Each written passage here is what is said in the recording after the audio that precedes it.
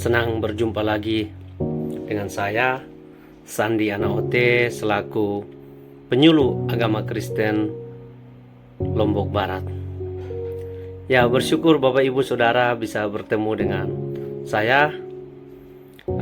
Kita akan berjumpa di siaran Mutiara Iman Kristen.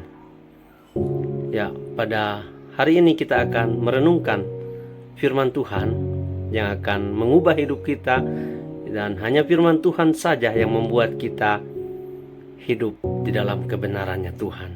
Mari kita berdoa. Bapa di surga, Bapa yang baik, Bapa yang kami sembah di dalam nama Tuhan Yesus, kami bersyukur pada hari ini Tuhan kami boleh diberikan kesempatan untuk menyampaikan firman Tuhan di acara siaran Mutiara Iman Kristen. Dan hamba-Mu berdoa supaya setiap orang Kristen yang mendengarkan khotbah ini, mendengarkan firman Tuhan ini, boleh diberkati dan nama Tuhan dipermuliakan. Berkati hamba-Mu yang terbatas untuk menyampaikan firman Allah yang tidak terbatas. Di dalam nama Tuhan Yesus hamba berdoa dan mengucap syukur. Amin. Ya, senang bisa berjumpa dengan Anda, Bapak Ibu dan semua pemirsa yang dimanapun Anda berada. Hari ini kita akan merenungkan firman Tuhan di dalam surat Roma, pasal yang pertama ayatnya yang ke-16 sampai 17. Dan saya akan membacakan untuk kita semua. Bapak Ibu Saudara bisa menyimak di dalam Alkitab masing-masing. Lembaga Alkitab Indonesia memberikan perikop Injil itu kekuatan Allah.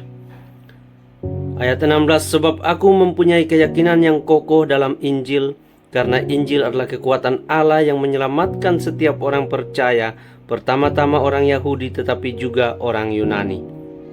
Sebab di dalamnya nyata kebenaran Allah yang bertolak dari iman dan memimpin kepada iman, seperti ada tertulis, orang benar akan hidup oleh iman. Bapak Ibu Saudara, yang berbahagia adalah saya dan Bapak Ibu Saudara yang merenungkan, membaca, merenungkan, bahkan melakukan firman Tuhan di dalam kehidupan kita hari demi hari. Saya akan memberikan satu tema, yaitu Injil adalah kekuatan Allah.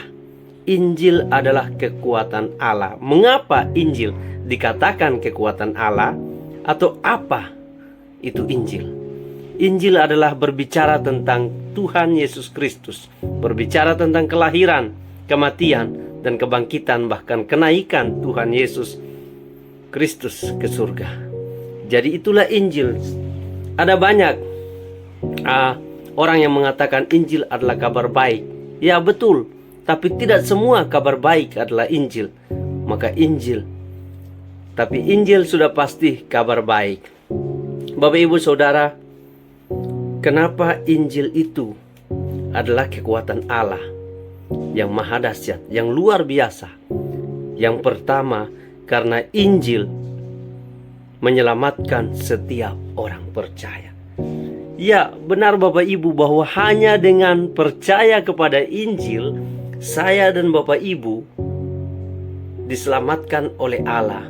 Saya dan Bapak Ibu Saudara, bahkan pemirsa yang ada di rumah, diselamatkan ketika kita percaya kepada Tuhan Yesus Kristus sebagai Tuhan dan satu-satunya juru selamat kita secara pribadi. Dan firman Tuhan mengatakan bahwa barang siapa percaya kepada Dia, maka dia akan diselamatkan. Tetapi barang siapa yang tidak percaya, dia sudah berada di dalam hukuman itu sendiri. Bapak Ibu Saudara, maka ketika kita sedang menyampaikan Injil, menyampaikan firman Allah, berkhotbah kepada jemaat, maka kita sedang menyampaikan kekuatan Allah. Kita tidak sedang omon-omon saja. Kita tidak sedang cerita-cerita yang tidak benar, tetapi kita lagi menyampaikan kekuatan Allah. Maka jangan takut memberitakan Injil. Jangan takut menyampaikan firman Allah, karena kita sedang menyatakan kekuatan Allah yang maha dahsyat itu, yang mampu menyelamatkan saya dan Bapak Ibu yang percaya. Maka Injil adalah kekuatan Allah, yaitu karena Injil menyelamatkan setiap orang percaya.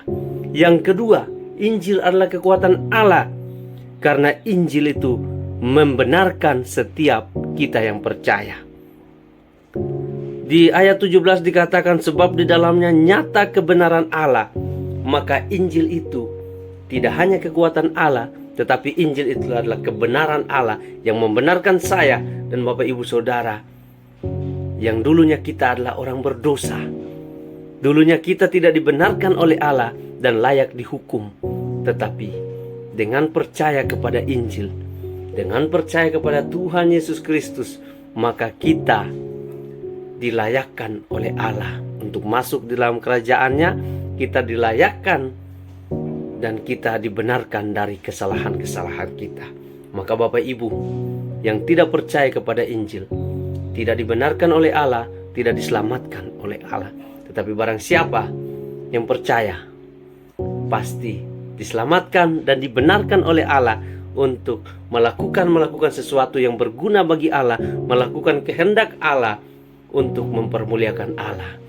Maka ketika kita beritakan Injil, ketika kita menyampaikan firman Tuhan, kita sedang menyampaikan kekuatan Allah yang mampu menyelamatkan setiap orang percaya.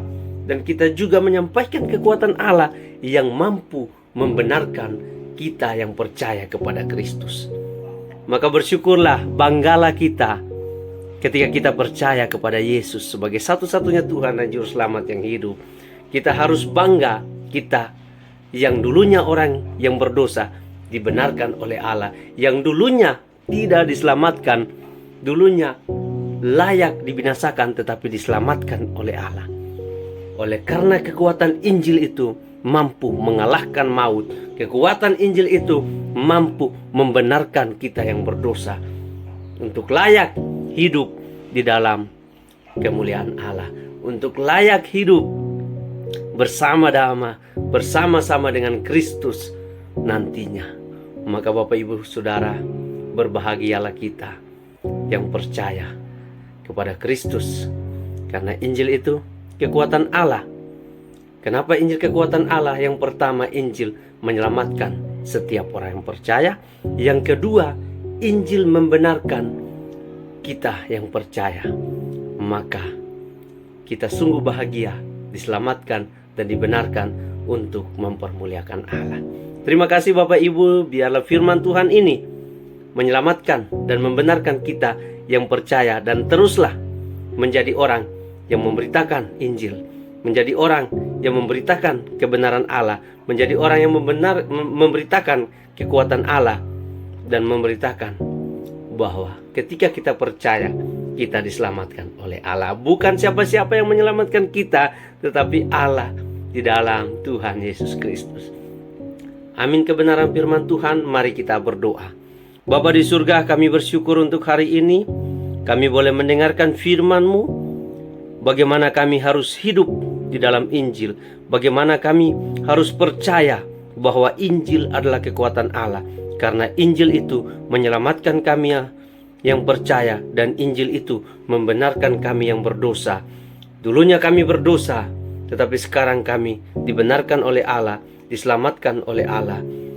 Dulunya kami patut dibinasakan, tetapi kami diselamatkan karena Kristus mati di atas kayu salib untuk membenarkan kami dan menyelamatkan kami menjadi tebusan dan menjadi orang-orang yang dipilih oleh Allah. Kami bersyukur untuk firman-Mu. Biarlah firman ini memberkati kami, dan kami boleh terus menjadi pembawa kabar baik kepada orang-orang yang belum percaya, kepada jemaat yang belum sungguh-sungguh, sehingga mereka juga boleh mendengarkan Injil adalah kekuatan Allah, karena Injil menyelamatkan setiap orang percaya. Injil adalah kekuatan Allah, karena Injil memberikan kami kebenaran dan membenarkan kami. Di dalam nama Tuhan Yesus kami berdoa dan mengucap syukur. Amin. Terima kasih Bapak Ibu Saudara. Berjumpa lagi di lain kesempatan, dan kiranya firman Tuhan ini memberkati kita, menolong kita. Shalom, Tuhan Yesus memberkati.